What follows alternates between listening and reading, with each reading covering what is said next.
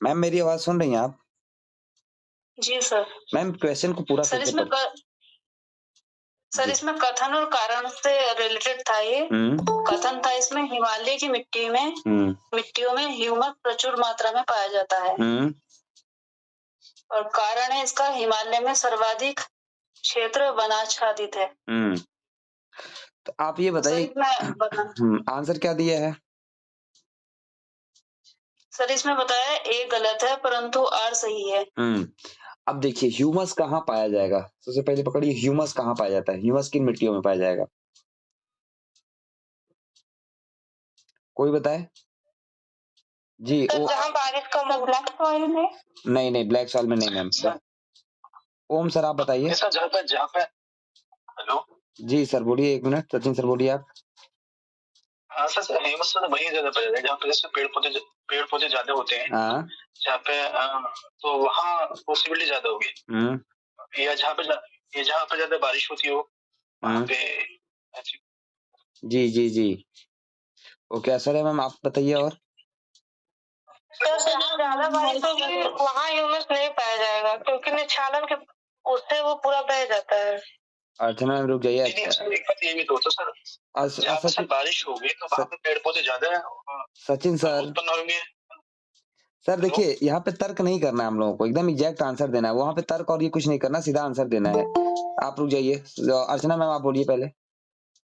Pin pointed answer लाइए जो एकदम एग्जैक्ट कंफर्म हो। जी सर जैसे ह्यूमस टुंड्रा और टैगा में भी ह्यूमस पाया जाता है।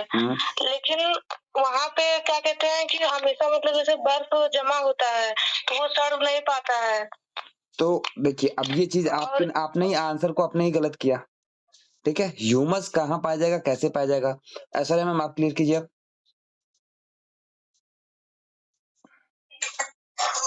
सर मतलब यहाँ पे थोड़ा मॉइस्चर है, थोड़ा ज्यादा टेम्परेचर मतलब वार्म कंडीशंस होता है वहाँ पे ज्यादा डिकम्पोजिशन होगा। आप मैम अभी जो किया क्लियर कि ये जो है टेम्परेचर थोड़ा सा ज्यादा हो। हिमालय में ह्यूमस पेड़ पौधों की पत्तियां ज्यादा, पेड़ पौधे ज्यादा गिरते हैं, पत्तियां गिरती हैं लेकिन सड़ने नहीं पाती वो पत्तियां। वो वहां पे क्या है ना, गिर के पड़ी रह जाएंगी।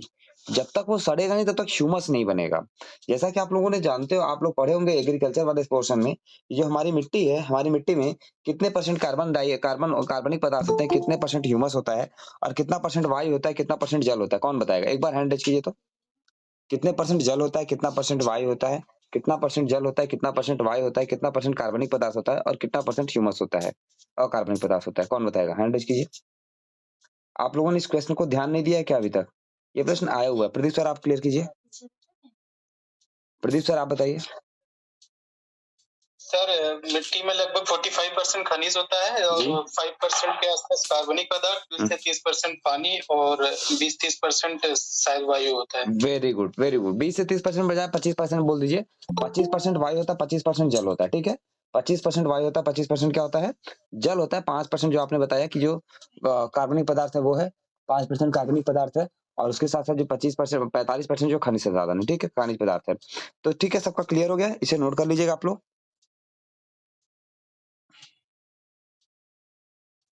ठीक है, नोट कर लीजिए। नोट करने के बाद एक बार हैंड रेज कीजिए।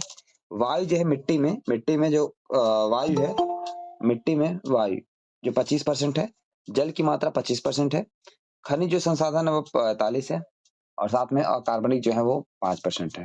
ठीक है, ये आया हुआ प्रश्न इसलिए पूछा गया। और दूसरी चीज, एक चीज और बता दीजिए, जो मिट्टी है, मिट्टी में कितने संस्तर पाए जाते हैं? मिट्टी में कितने संस्तर पाए जाते हैं, कौन बताएगा? जी नित्या मैम आप बताइए। Sir 3 ABC। नहीं 3 नहीं है, 3 नहीं है। महिमा मैम आप बताइए। सर 4 है, ABC और O। ABC और O। मनीष सर आप बताइए।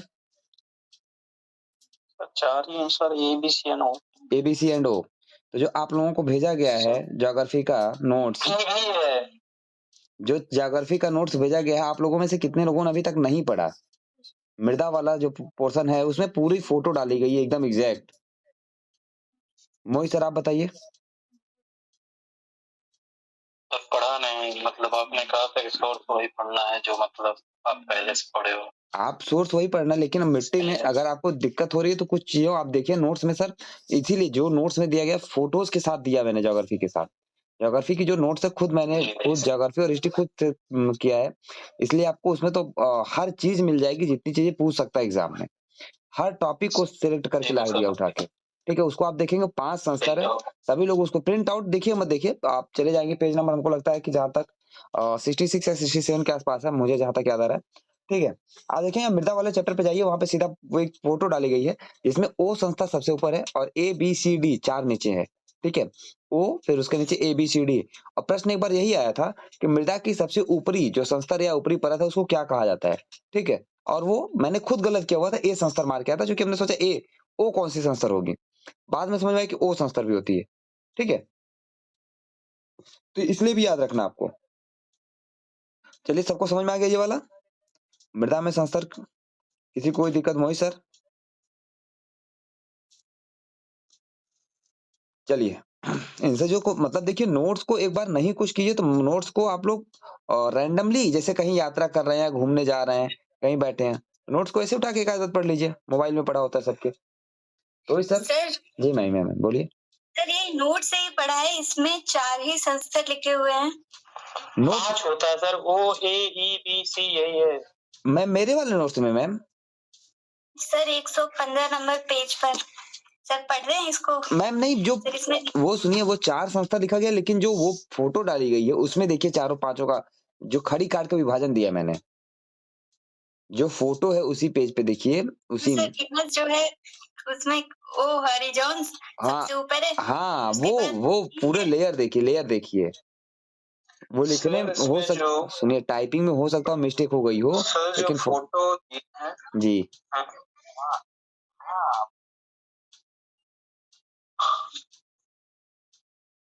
फोटो दिख रही महिमा मैम?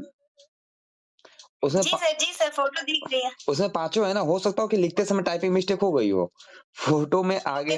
अगर टाइपिंग मिस्टेक उसको सही कर देंगे, ठीक है। रोहित सर आपको भी दिखा? मोहित सर OABC दिख रहा है बस। OABC सर फोटो में 4 है, लिखा 5 है। ABCDO लिखा है, लेकिन फोटो में OABC है। नीचे वाली परत छूट गई है सर भागीरथी सर। जी सर बोलिए, जी सर बोलिए। कह रहा हूँ मेरा एक प्रश्न था, ये आप सॉइल लेयर की बात कर रहे हैं ना? जी जी जी जी हाँ तो सर इसमें 5 लेयर होती हैं। हाँ जो पहली लेयर है सर वो मोस्टली ह्यूमस के लिए होती है, जिसे हम ऑर्गेनिक कहते हैं जी, इसीलिए उसका नाम ऑर्गेनिक रखा, ओ संस्था रखा गया है। और उसके बाद फिर A, B, C और D होती है। जी जी सर। तो आज फिर जो आएगा उसको हम मोस्टली टॉप सॉइल कहते हैं।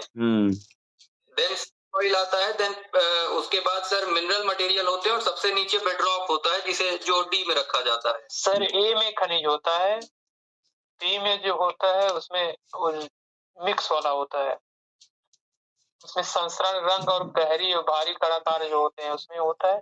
सी में जो होता है ए और बी का जो है उसका मतलब ट्रांसफार मतलब विकसित रूप होता है। आर में बेडरॉक है। चलिए ओके ठीक है, फिर 5 क्लियर है, बस कीजिए, ठीक है। ओम सर थैंक यू, आपने बहुत अच्छे ढंग से क्लियर भी कर दिया, ठीक है। चलिए आ जाता, धन्यवाद। चलिए आ जाइए, हम लोग आते हैं इजराइल फिलिस्तीन विवाद पे कुछ चीजों को। तो वहां से मैम क्लियर हो जाएगा ना आपका? नित्या मैम ह्यूमस तब पाया जाएगा जब टेम्परेचर वहां पे थोड़ा सा ज्यादा हो, चूंकि टेम्परेचर कम है ह्यूमस नहीं मिल पाता इसलिए, ठीक है। प्रचुर मात्रा में नहीं होता है, कम होता है।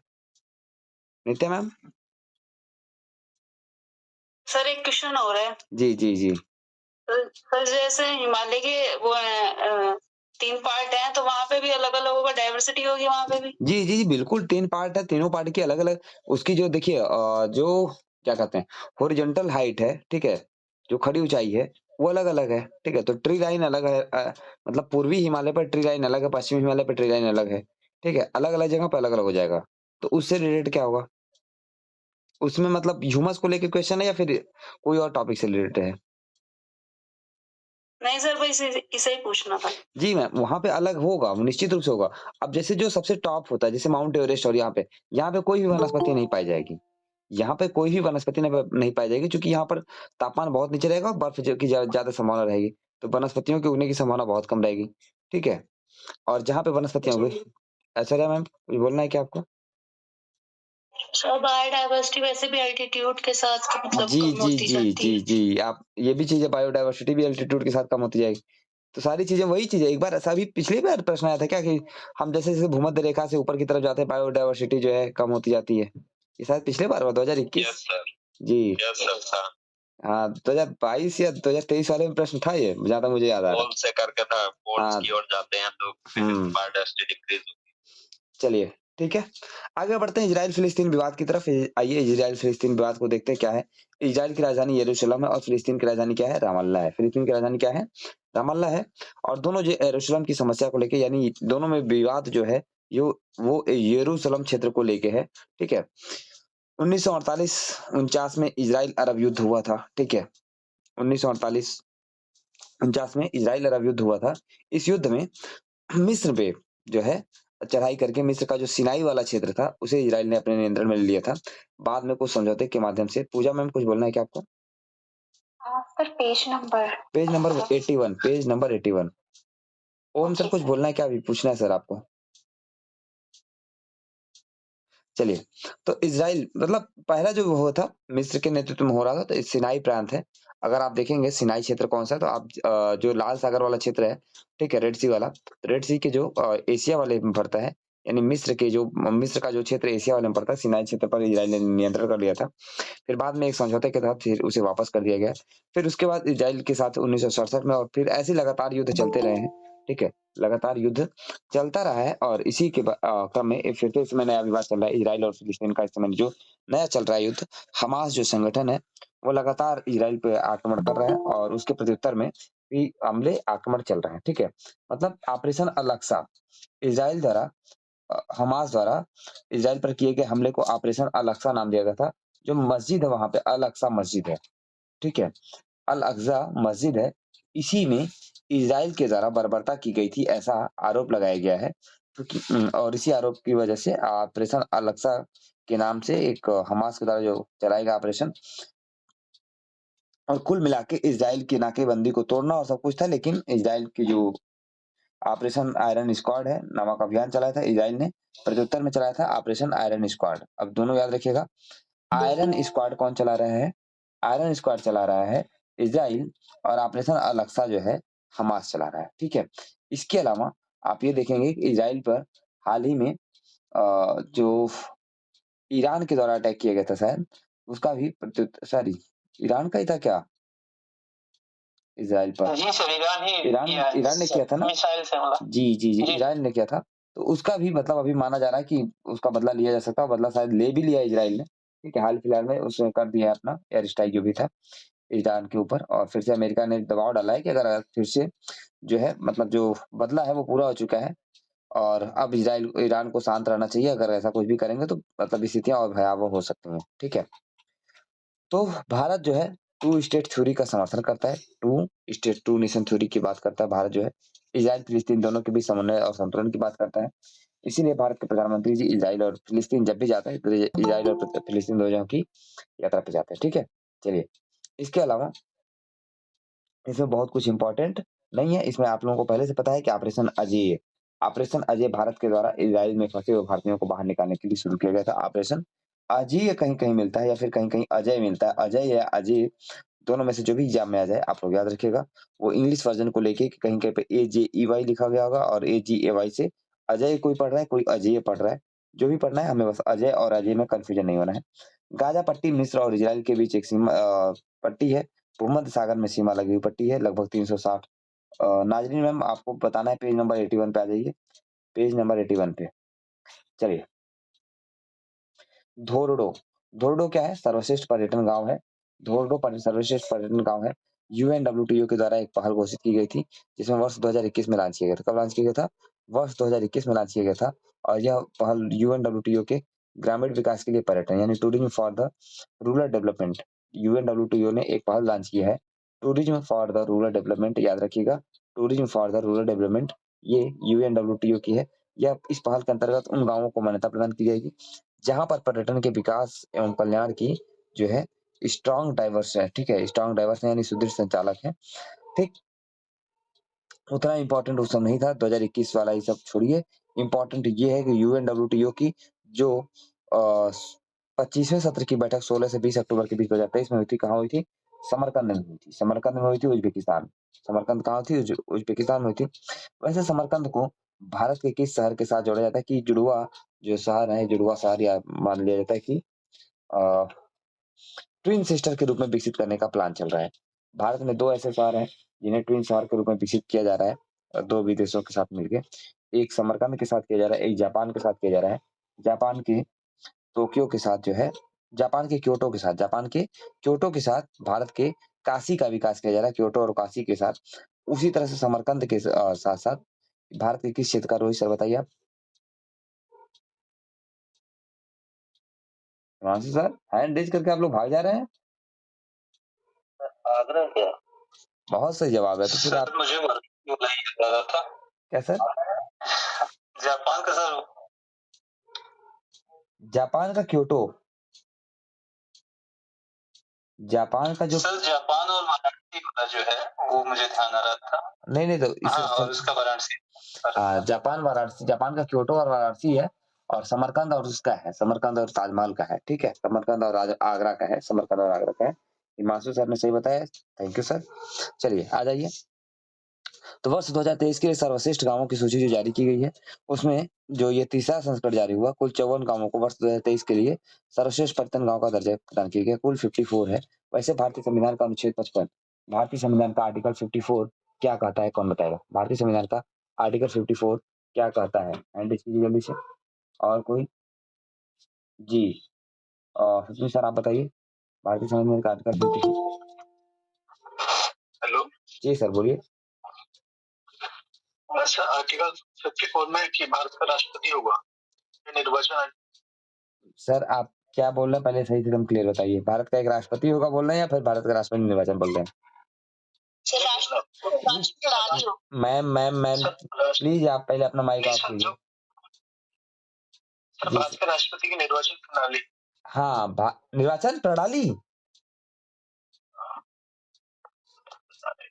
रुक जाइए मैम आप बोलिए, अब रुक जाइए, आप मत बोलिएगा सर। सर मुझे भी तो यही याद आ रहा था, राष्ट्रपति की निर्वाचन पद्धति जो है वो 54 में दी हुई है। अच्छा, निर्वाचन पद्धति जो है 54 में दी हुई है। और कोई केसरी सर? नहीं सर, इलेक्शन ऑफ प्रेसिडेंट है सिर्फ, मतलब इलेक्शन होगा। अब राष्ट्रपति का निर्वाचन हाँ, नियुक्ति के लिए। रुक जाइए सर, एक जिनको बोलना है उनको बोले दिए। अभी जो सर ने क्लियर किया कैसे सर, राष्ट्रपति का निर्वाचन है, निर्वाचन की जो रीति है, निर्वाचन की जो विधि है वो 55 में है। प्लीज मैम और सर दोनों लोग इसको एकदम याद रखिए, भूलिए मत, यहाँ पे बहुत ज्यादा कंफ्यूजन होती है। आप लोगों को इसके बारे में कोड बताया गया, राका निराका दुआ दसम कोड बताया गया था। हाँ, राकानी रिका दुआ दसम, ठीक है, ये भूलिए मत आप। फिर से बोल लीजिए कोड। रुकिए, रिपीट नहीं करेंगे, हम एकदम आराम से लिखवा दे रहे हैं, आप लोग लिखिए पहले। जी हाँ जी सर। राका राका पोसी एक चोटी है ना, राका पोसी चोटी कहाँ पर है? राका पोसी, राका पोसी काराकोरम की, वेरी गुड, वही ऊपर ही है और लद्दाख में है, लद्दाख में, ठीक है। चलिए, तो राका हो गया, फिर नी, राका नी, उसे नी जोड़ दीजिए, राका नी,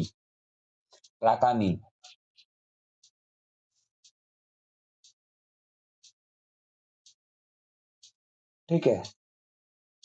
चलिए, राका नी, फिर आगे जोड़िए रीका, री फिर का, राका नी फिर रीका। मोहित सर कुछ छूट गया क्या आपका? नहीं सर, सॉरी। रमेश सर कुछ बोलना है आपको?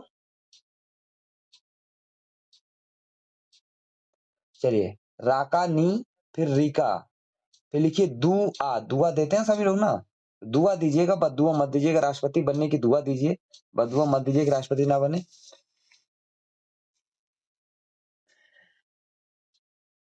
चलिए, राका निराका, राका नी रीका दुआ, द स म, द फिर स फिर म।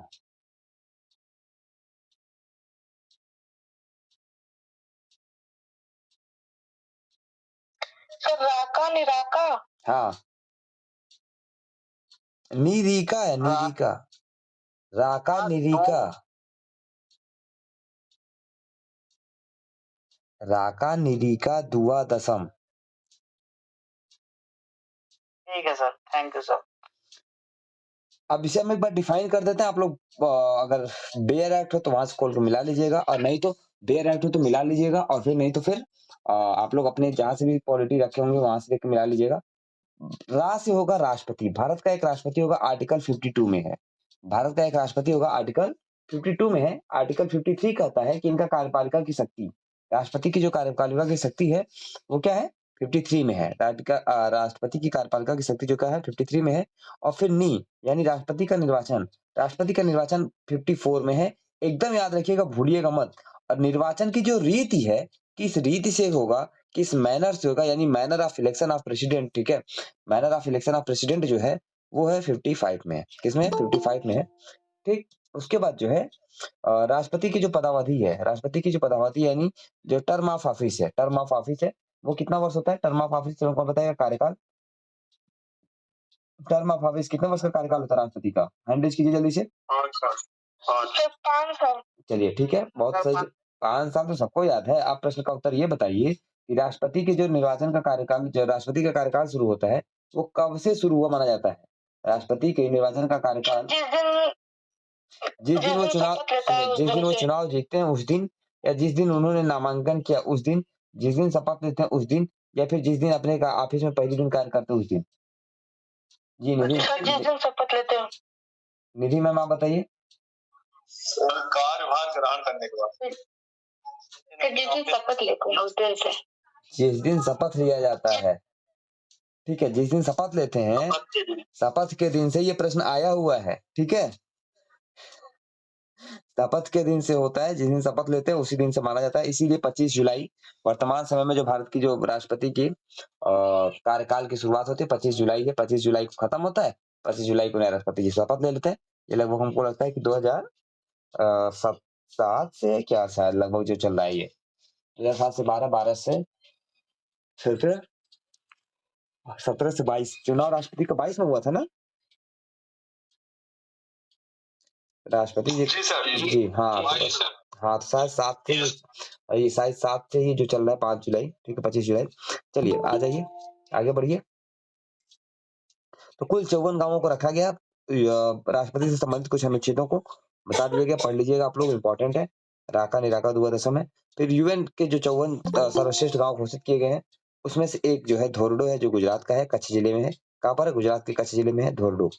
इसके बाद यूएनडब्ल्यूटीओ ने अब तक भारत के 2 गांवों को सर्वश्रेष्ठ पर्यटन गांव की सूची में शामिल किया है, जिसमें से 2023 सर इसको पूरा एक्सप्लेन कर दीजिए प्लीज। किस चीज को सर, जो आपने अच्छा एक मिनट, सॉरी, कहाँ तक कार्यकाल बताने पर छोड़ दिया ना, राष्ट्रपति का कार्यकाल, ठीक है, राका निराका, फिर दुआ, दूस हो जाएगा दूसरी बार, दोबारा निर्वाचन, ठीक है, दूसरी क्या हो जाएगा, दूसरी बार निर्वाचन, ठीक है, दूसरी बार निर्वाचन, ठीक, दूसरी बार निर्वाचन यानी पुनर्निर्वाचन का पात्र है हमारा राष्ट्रपति।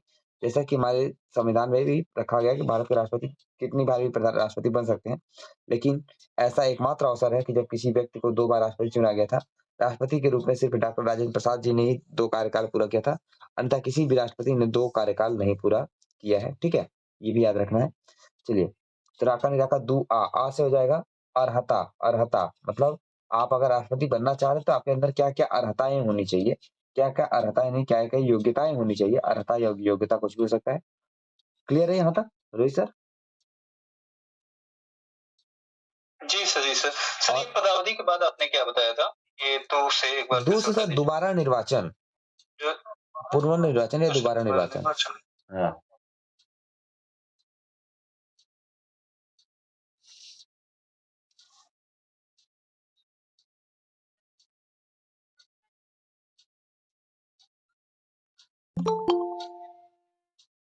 ठीक है, तो हो गया रोहित सर। दोबारा निर्वाचन, फिर अर्हता, मतलब आप राष्ट्रपति बनना चाहते हैं तो क्या क्या अर्हताएं होनी चाहिए, क्या क्या योग्यताएं होनी चाहिए।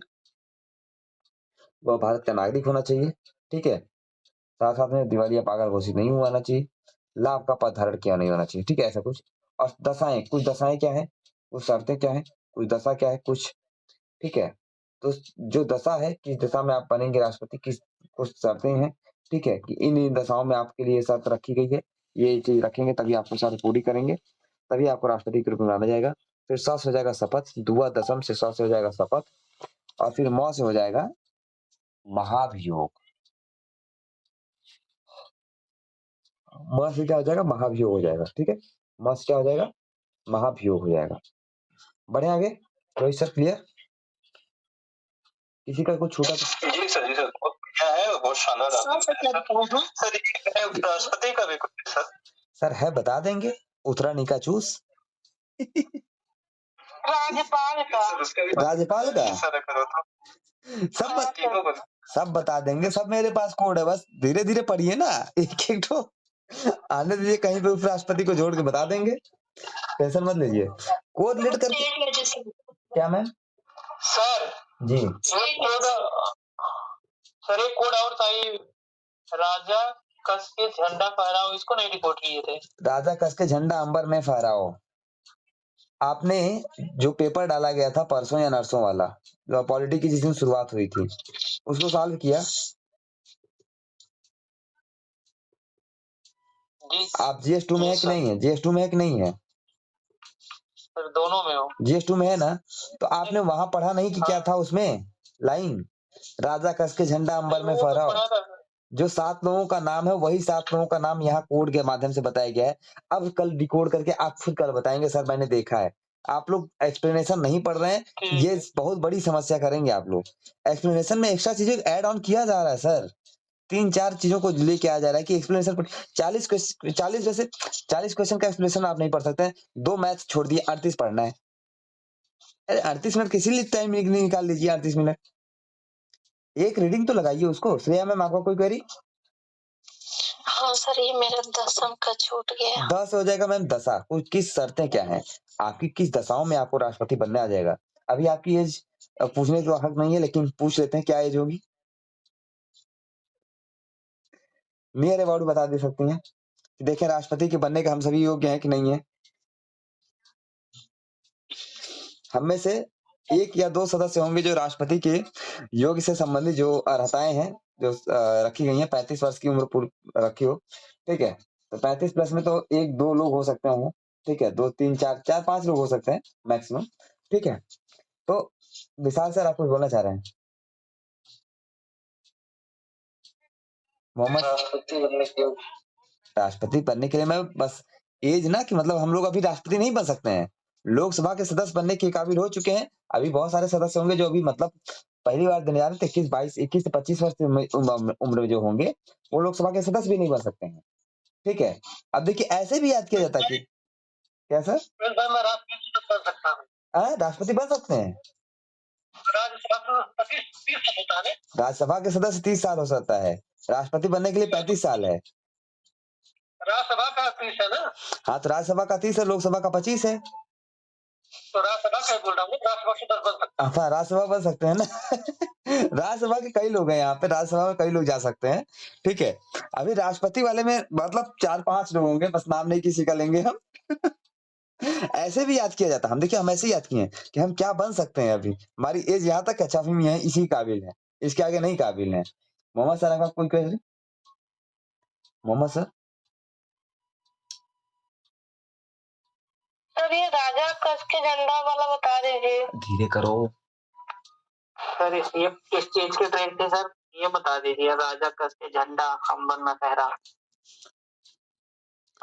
पहले तो कल पेपर आप सॉल्व कीजिए और तब हम बताएंगे।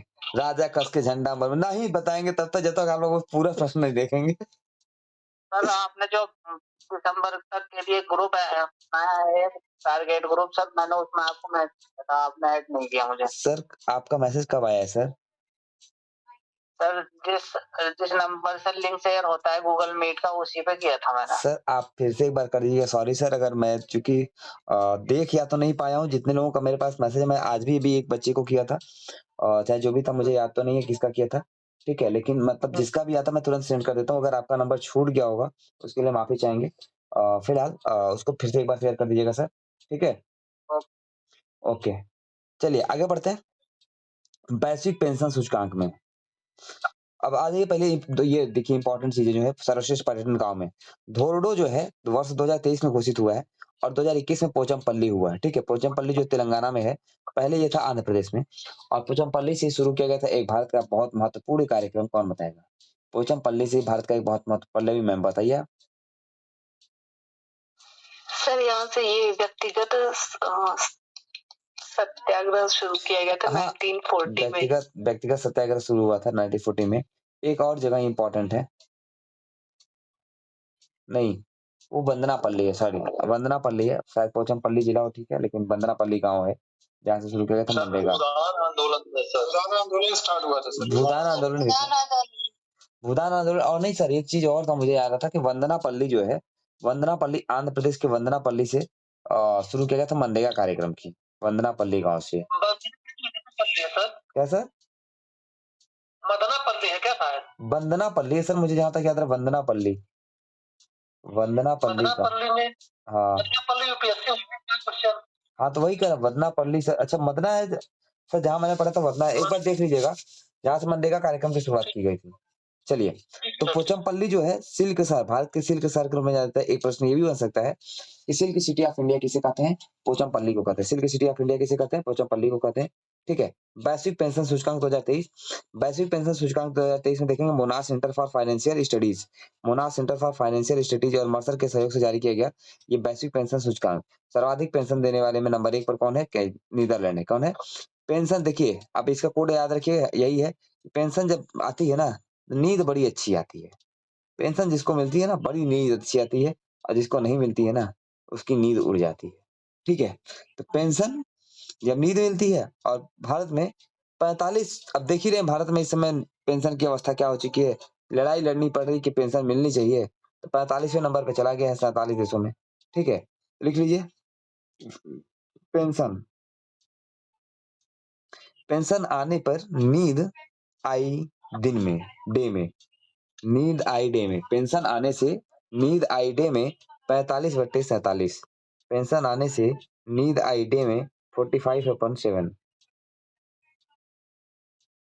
नींद आई डे में 45/47, नींद आई डे में 45/47, ठीक है। नींद आई डे में 45/47, ठीक है। क्लियर है ये सबको? नींद आई से पकड़िएगा, नीदरलैंड, आइसलैंड, और फिर डे से डेनमार्क। अगर 1 2 3 भी पूछे तो याद रखेगा।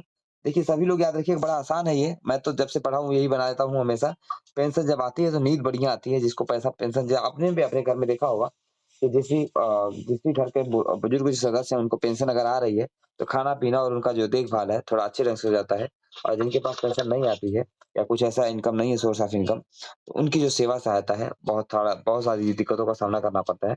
खाने पीने की भी मतलब बहुत सारी चीजें होती है, दिक्कत में आती हैं, ठीक है। आइए, global hunger index, global hunger index वो इंडेक्स है जिसके हमके एक वर्ष पीछे वाला भी आंकड़ा देख के चलना है। ग्लोबल हंगर इंडेक्स है, वैश्विक प्रसन्नता सूचकांक है, एसडीजी लक्ष्य है, वो भी एसडीजी से जुड़ा हुआ सूचकांक है। इन सबको आपको एक वर्ष पीछे वाला भी देखना, लेकिन अभी हम आपको को नहीं रटाएंगे, वो आपको रटाएंगे तब जब एग्जाम से 3 दिन पहले बुलेट पॉइंट देंगे, तो वही दे देंगे कि अगर एग्जाम में पूछने तो गलत नहीं होने पाए, ठीक है। चलिए, तो वैश्विक भूख सूचकांक जो है जारी किया जाता है किसके द्वारा? ये जारी किया जाता है कंसर्न वर्ल्ड वाइड और हंगर हिट के द्वारा जारी किया गया। 12 अक्टूबर 2023 को जारी किया गया था। कब जारी किया गया? 12 अक्टूबर 2023 को। 18वां संस्करण है। कौन सा संस्करण है? 18वां संस्करण है। और इसकी थीम क्या है? इस रिपोर्ट की शीर्षक क्या है? The power of youth in shaping food system. The power of youth in shaping food system, यानी खाद्य प्रणालियों को आकार देने में युवाओं की शक्ति, खाद्य प्रणालियों को आकार देने में युवाओं की शक्ति इसकी थीम है। इस सूचकांक में 125 देशों को शामिल किया गया है, और संभवतः ये जो हम रिपोर्ट पढ़ रहे हैं ये नई रिपोर्ट आ गई है। नई रिपोर्ट आ गई है, कोई एक बार क्लियर कीजिए तो। Yes sir. जी नई यस सर, आ गई है। हाँ नई रिपोर्ट आ गई है। तो बस हम लोग इसको यहीं पे ब्रेक मारते हैं। और नई रिपोर्ट क्या है मैम अगर आपके पास हो एक बार बस इतना बताइए। 105वां देश से भारत स्थान है 127 देशों में से। 105/127 सबसे पहले तो ये एक नोट कीजिए 105/127 है, ठीक है 105/127 है। और सबसे खराब जो स्थिति है किस देश की है? तुर्कमेनिस्तान की है। चलिए तुर्कमेनिस्तान की जो स्थिति है सबसे खराब है, यानी भुखमरी में भारत की रैंकिंग कितनी आ गई है? 105। जबकि वर्ष 2023 में इसकी रैंकिंग क्या है? वर्ष 2023 में भारत की रैंकिंग 111 हुई थी। कितनी थी? 111 हुई थी, ठीक है।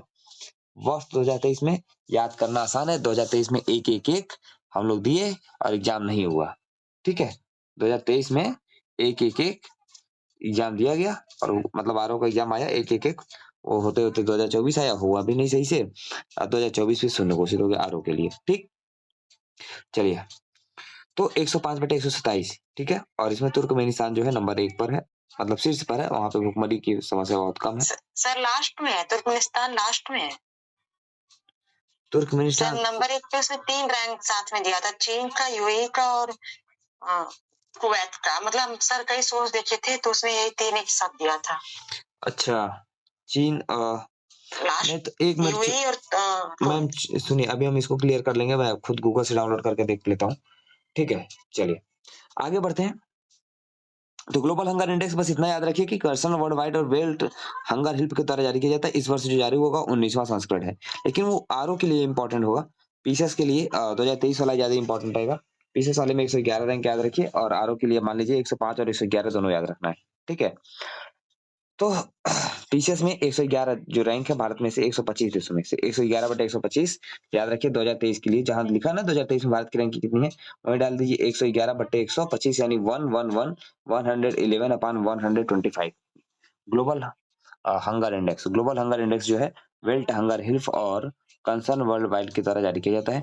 कब जारी किया जाता है? ये 18th संस्करण था, 18th नंबर का संस्करण है। इसकी शीर्षक क्या नाम है? The power of youth in shaping the food system. The power of youth in shaping the food system है, ठीक है। नोबेल पुरस्कार 2023 से संबंधित जो चीजें हैं आप लोगों को कोड के माध्यम से बताई गई हैं। अब आप लोगों को एक एक करके कोड बताना है। देखते हैं कितने लोगों को कोड याद हो चुका है, नहीं तो फिर आज तो उठक बैठक करने के लिए आप सब तैयार रहिए। देखें कितने लोगों ने, चलिए हैंड रेस कीजिए तो कितने लोगों ने उसको तैयार कर लिया जो आप लोगों को हैंड रिटन में दिया गया था। आज देखना है कितने लोग रिवीजन किए। सबके भाई खुलने वाला है पोल। आज की क्लास जो है ना पोल खोल वाली क्लास है जी। नाज़रीन मैम आप बताइए अर्थशास्त्र का क्या था कोड?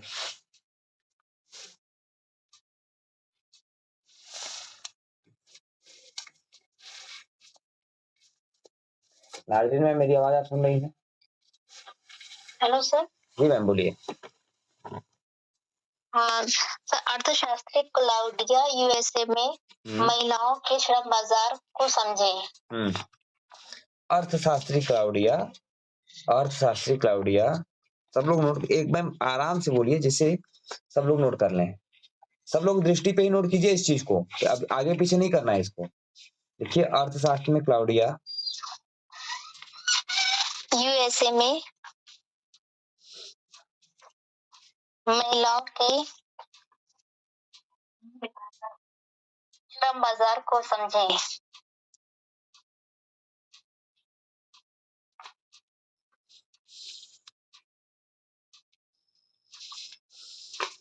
हो गया? सब लोगों ने इसको नोट कर लिया? एक बार रिपीट करना। हाँ मैम एक बार फिर लिख लीजिए। हाँ सर, अर्थशास्त्री क्लाउडिया यूएसए में महिलाओं के श्रम बाजार को समझे।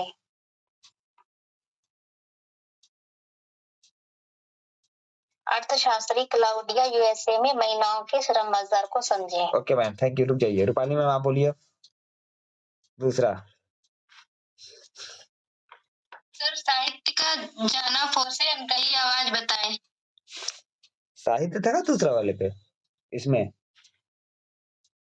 अच्छा किसका सर बताएं? साहित्य का कि नहीं ठीक है मैम ठीक है नहीं ठीक है साहित्य पे जाना। बोलिए एक बार फिर से बोलिए आराम से।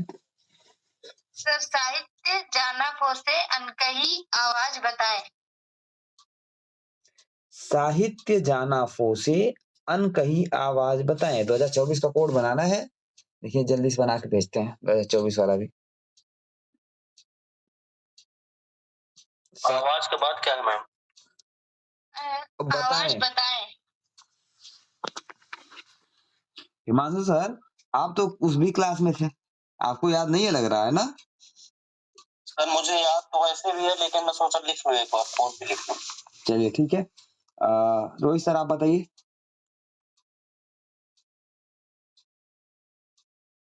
सर चिकित्सा का है बीटा न्यूक्लियोसाइड बेस में संशोधन करने के लिए। हाँ, चिकित्सा बीटा न्यूक्लियोसाइड बेस में संशोधन करने के लिए। चिकित्सा बीटा न्यूक्लियोसाइड बेस में संशोधन करने के लिए। ठीक है, चिकित्सा बीटा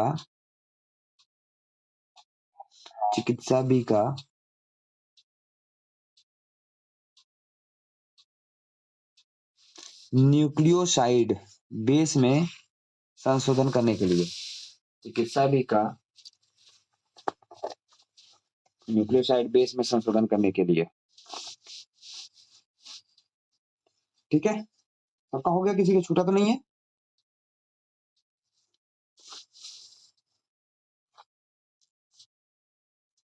जी सर हो गया। अर्चना मैम आप भी लिख चुकी हैं तो बता दीजिए, 3 हो गया, चौथा आप बता दीजिए।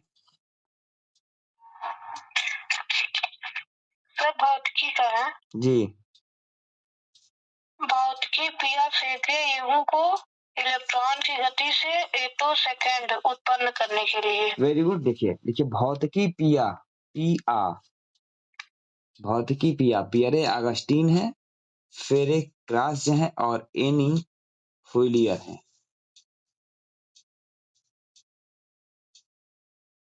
रिपीट कर दीजिए। देखिए भौतिकी पिया फेका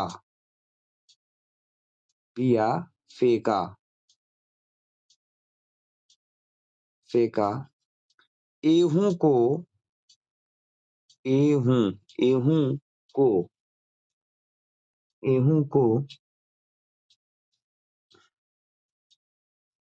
को इलेक्ट्रॉन की गति से एटो सेकेंड इलेक्ट्रॉन की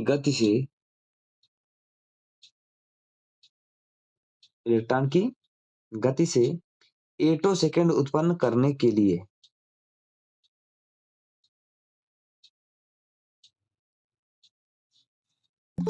ठीक है, और कोई बोलेगा? और कोई? 2 बचा हुआ है, रसायन का कौन बताएगा? एंड्रिस किसका नाम है आप बोलिए। सर वो लास्ट में छूट गया थोड़ा सा। क्या चीज? एटो सेकेंड उत्पन्न करने के लिए। हाँ। एटो सेकेंड उत्पन्न करने के लिए। सर मैं बोल देता हूँ, भौतिकी पिया एहू को इलेक्ट्रॉन की गति से एटो सेकेंड उत्पन्न करने के लिए। चलिए नाजरीन में आप अगला बता दीजिए रसायन विज्ञान का।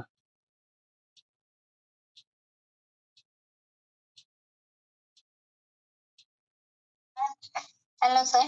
जी मैम बोलिए।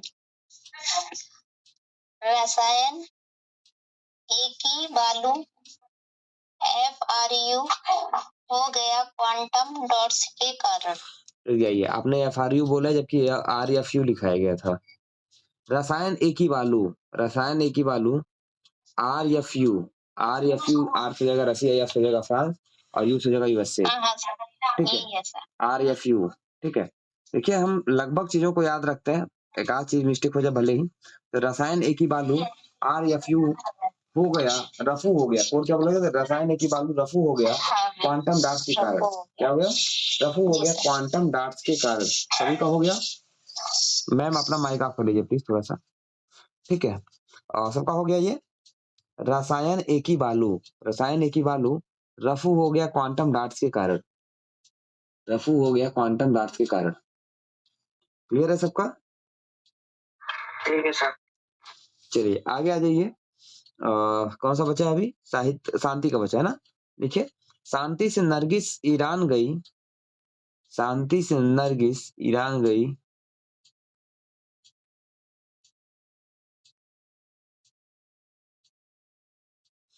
ठीक है, शांति से नरगिस ईरान गई मानवाधिकारों की रक्षा करने के लिए।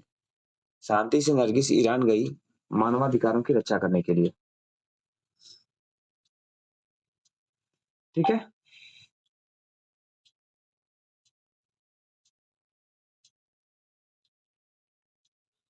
अब यहाँ पे आप देखेंगे बहुत सारी डिटेल में सब कुछ दिया हुआ है।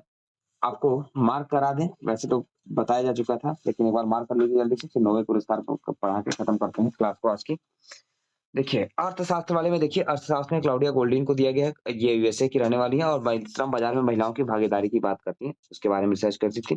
पहली जो महिला थी, पहली महिला है जो कि स्वतंत्र रूप से जीती हैं, जिन्होंने अकेले ये खिताब जीता है, अन्यथा जितनी महिलाओं ने जीता है उन्हें संयुक्त रूप से दिया गया है, चाहे वो अमेरिकी अर्थशास्त्री चाहे वो एलेनार आर्मस्ट्रांग हो या फिर एस्टर डफलो रही हो। ठीक है, एस्टर डफलो, एलेनार आर्मस्ट्रांग, दो लोग यही है ना जिनको मिला हुआ है, बताइए तो आप लोग। Yes sir. एलेनार आर्मस्ट्रांग और एस्टर डफलो। लिखा है सर, नीचे लिखा है आर्मस्ट्रांग और एस्टर डुप्लो सर। ठीक है, चलिए एस्टर डफलो और एलेनार आर्मस्ट्रांग है।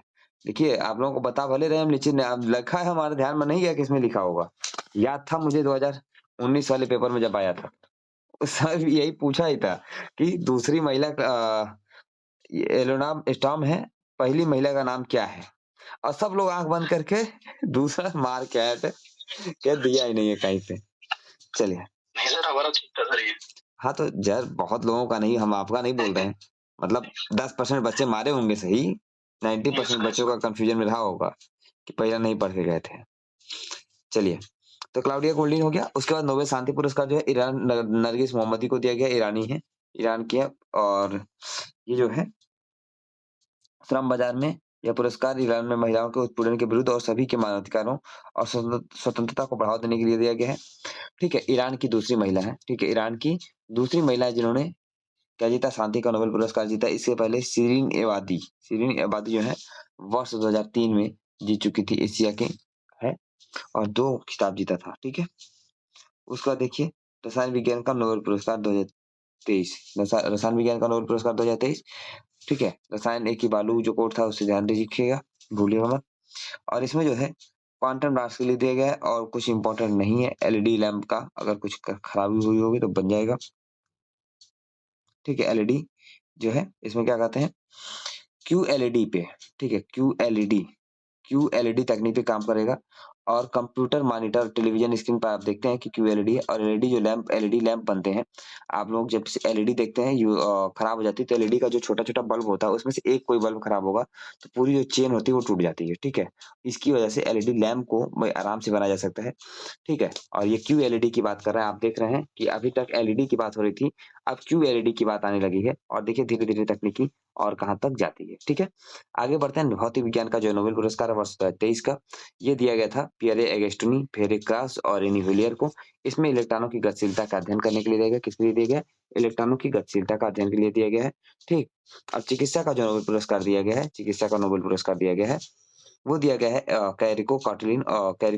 कैटलिन कारिको को और ड्रू विसमैन को, कोविड-19 के विरुद्ध जो टीका है उसकी खोज के लिए, कोविड-19 की विरुद्ध टीका की खोज के लिए दिया है। बस याद ये रखिएगा कि 1 एटोसेकंड फिजिक्स से प्रश्न बन सकता है। 1 एटोसेकंड यानी कितने के बराबर होता है? 10 की पावर -18 के बराबर होता है। 1 एटोसेकंड 10 की पावर -18 के बराबर होता है। टाइम्स वैश्विक विश्वविद्यालय रैंकिंग, वैश्विक विश्वविद्यालय रैंकिंग को देखिए। ठीक है, ये जो रैंकिंग है 500 विद्यालयों को, 1 मिनट, टाइम्स वैश्विक इस बार 600 विद्यालयों को शामिल किया गया है। ठीक है, टाइम 600 करने की क्या है इसकी, पहले 500 की बजाय 169 देश।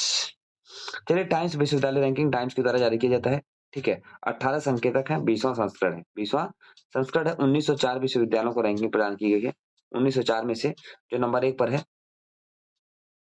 वो कौन सा है? ऑक्सफोर्ड है। ठीक है, तो ओ टाइम्स बेंगलुरु, कोड लिख लीजिए इसका, ओ टाइम्स बेंगलुरु, बस इतना रखना है आपको याद। ये कई साल से मेरा कोड यही है, लगभग यही चलता है, ओ टाइम्स बेंगलुरु,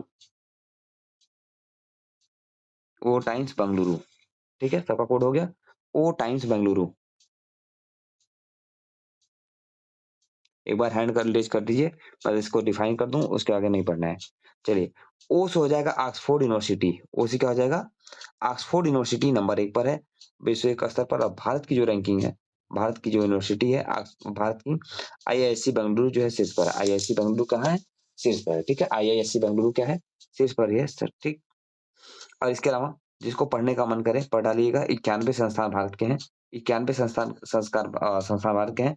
सबसे अधिक अमेरिका का है, सबसे अधिक कहाँ का है? अमेरिका का है। ठीक है, सबसे अधिक अमेरिका का है, और ऑक्सफोर्ड नंबर 1 पर है। ऑक्सफोर्ड नंबर 1 पर है, और साथ में जो है ये इंडिया के कुल 91 संस्थानों को शामिल करता है। इस बार 2 संस्थान जो है उत्तर प्रदेश के भी हैं, अलीगढ़ मुस्लिम यूनिवर्सिटी और बनारस हिंदू विश्वविद्यालय, दोनों जो रैंक समूह में है। एक की जो है 601 दोनों की जो रैंकिंग है 601 से लेके 800 के बीच में है। दोनों की रैंकिंग कहाँ तक है? 601 से लेके 800 के बीच में है। ठीक है, यहाँ तक देखिएगा। आगे ये मानव स्वतंत्रता सूचकांक, और चलिए खत्म ही कर दें, अंतर्राष्ट्रीय सम्मेलन कल पढ़ा जाएगा। मानव स्वतंत्रता सूचकांक जो है ह्यूमन फ्रीडम इंडेक्स 2023 जो जारी किया गया है, ये जारी किया गया कैटो इंस्टीट्यूट और कनाडा के फ्रेजर इंस्टीट्यूट के संयुक्त सहयोग से किसके कैटो इंस्टीट्यूट और फ्रेजर इंस्टीट्यूट के सहयोग से जारी किया गया है। 9वां संस्करण है। ठीक है, स्वीट मानव की स्वतंत्रता, मानव को अपनी स्वतंत्रता क्या लगती है? प्यारी लगती है। आप बना सकते हैं कि स्वीट मानव की स्वतंत्रता, स्वीट मानव की स्वतंत्रता। और भारत की रैंकिंग क्या है इसमें? 9/109। ठीक है, दक्षिण एशिया में है भारत का, लेकिन 10 सिर्फ 10 जो दक्षिण एशियाई देश हैं उनके बीच है ये। ठीक है, तो स्विट्जरलैंड जो है वैश्विक स्तर पर नंबर 1 पर है, और दक्षिण एशियाई देशों में सिंगापुर जो है नंबर 1 पर है, और जबकि भारत की जो रैंकिंग है वो है 9th नंबर पे। किस पोजीशन पे? 9th पोजीशन पे है। ठीक है, तो यहाँ तक क्लियर है सबको?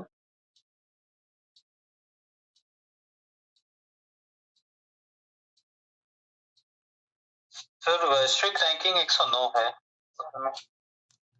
सॉरी, 9 रैंकिंग है दक्षिण एशिया में, वैश्विक रैंकिंग 109 पे है। चलिए, ठीक है, तो क्षेत्रीय रैंकिंग 9 है, वैश्विक रैंकिंग भारत की 109 है।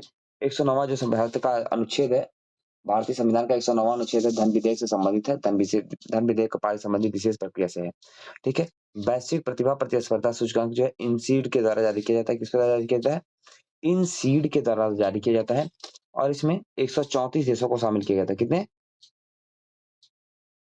134 देशों को, और इसमें भी स्विट्जरलैंड नंबर 1 पर है। भारत की रैंकिंग 103 है। भारत की रैंकिंग कितनी है? 103 है 2023 में। यानी वैश्विक प्रतिभा स्पर्धा में लिखिए वैश्विक ग्लोबल, इसको लिखिए global talent, global talent sweet, global talent sweet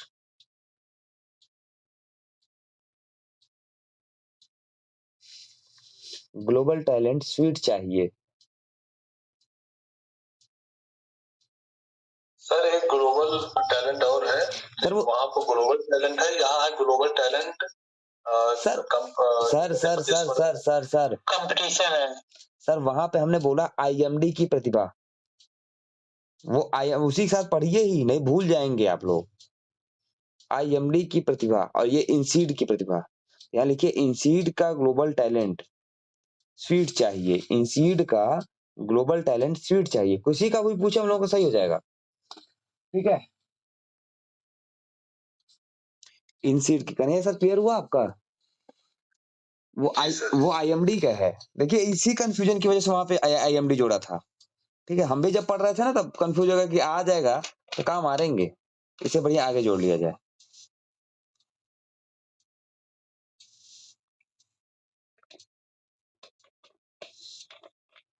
एक बार तो फिर से बोल दीजिए। किस चीज का? इसी का इंसीड की सुनिए, इंसीड का ग्लोबल टैलेंट स्वीट चाहिए। कैसे चाहिए? स्वीट चाहिए।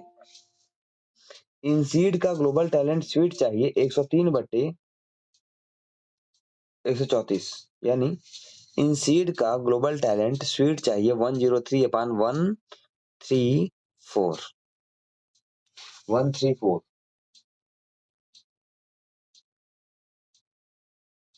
इंसीड का ग्लोबल टैलेंट स्वीट चाहिए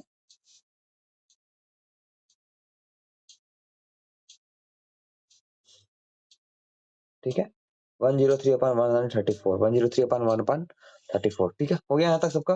किसी का कुछ छूटा तो नहीं है? कोई भी पीछे ना छूटे। रूल ऑफ ला इंडेक्स, चलिए ठीक है। रूल ऑफ ला इंडेक्स जो है 44 संकेतकों पर जारी किया जाता है। 142 देशों को शामिल किया गया। जो नंबर 1 पर है डेनमार्क है और दूसरे पर नॉर्वे, तीसरे पर फिनलैंड है। ठीक है, ये तो 2022-2023 दोनों की रैंकिंग सेम है। ठीक, और भारत की जो रैंकिंग है 79 है। भारत की रैंकिंग कितनी है? क्षेत्रीय दृष्टि से तीसरे स्थान पर, लेकिन भारत संयुक्त रूप से 79 पे है। ठीक है, अब इसको लिखिए rule of law den. Rule of law den में यानी माद में नहीं देखना चाहिए। रूल ऑफ ला डेन में